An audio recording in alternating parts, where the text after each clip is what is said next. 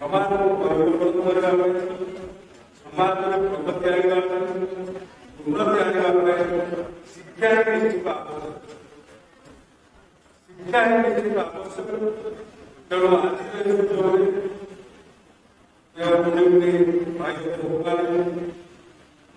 ଆଜି ଆମ ବିପ୍ଳବକୁ ପ୍ରଥମ ଶ୍ରେଣୀରେ ତାଙ୍କର ଜ୍ଞାନର କୌଶଳ ଦେଖାଇଛନ୍ତି, ତାଙ୍କର ଜ୍ଞାନର ପରୀକ୍ଷାରେ ଆଜି ଅବତୀର୍ଣ୍ଣ ହୋଇଛନ୍ତି। ମୁଁ ସେମାନଙ୍କ ପାଖରେ ବଡ଼ ଭାଇ ହିସାବରେ ତାଙ୍କ ପାଖରେ ଅନୁରୋଧ ରଖିବି, ନିଶ୍ଚିତ ଭାବରେ ଆପଣମାନେ ଆଗକୁ ଆହୁରି ବଢ଼ନ୍ତୁ, ଶିକ୍ଷାରେ ଆହୁରି ଆଗକୁ ଯାଆନ୍ତୁ। କେବଳ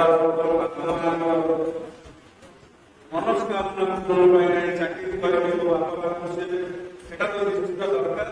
କିନ୍ତୁ ଶିକ୍ଷାକୁ ଆପଣଙ୍କ ଅଞ୍ଚଳରେ, ଆପଣଙ୍କ ଗାଁରେ ଯୋଉ ପରିବର୍ତ୍ତନର ଆବଶ୍ୟକତା ରହିଛି, ସେଥିରେ ଆପଣମାନଙ୍କର ସହଯୋଗ କାମନା କରିବେ, ଜଗନ୍ନାଥ ପାଖରେ ପ୍ରାର୍ଥନା କରିବେ। ନିଶ୍ଚିତ ଭାବରେ ଅଞ୍ଚଳର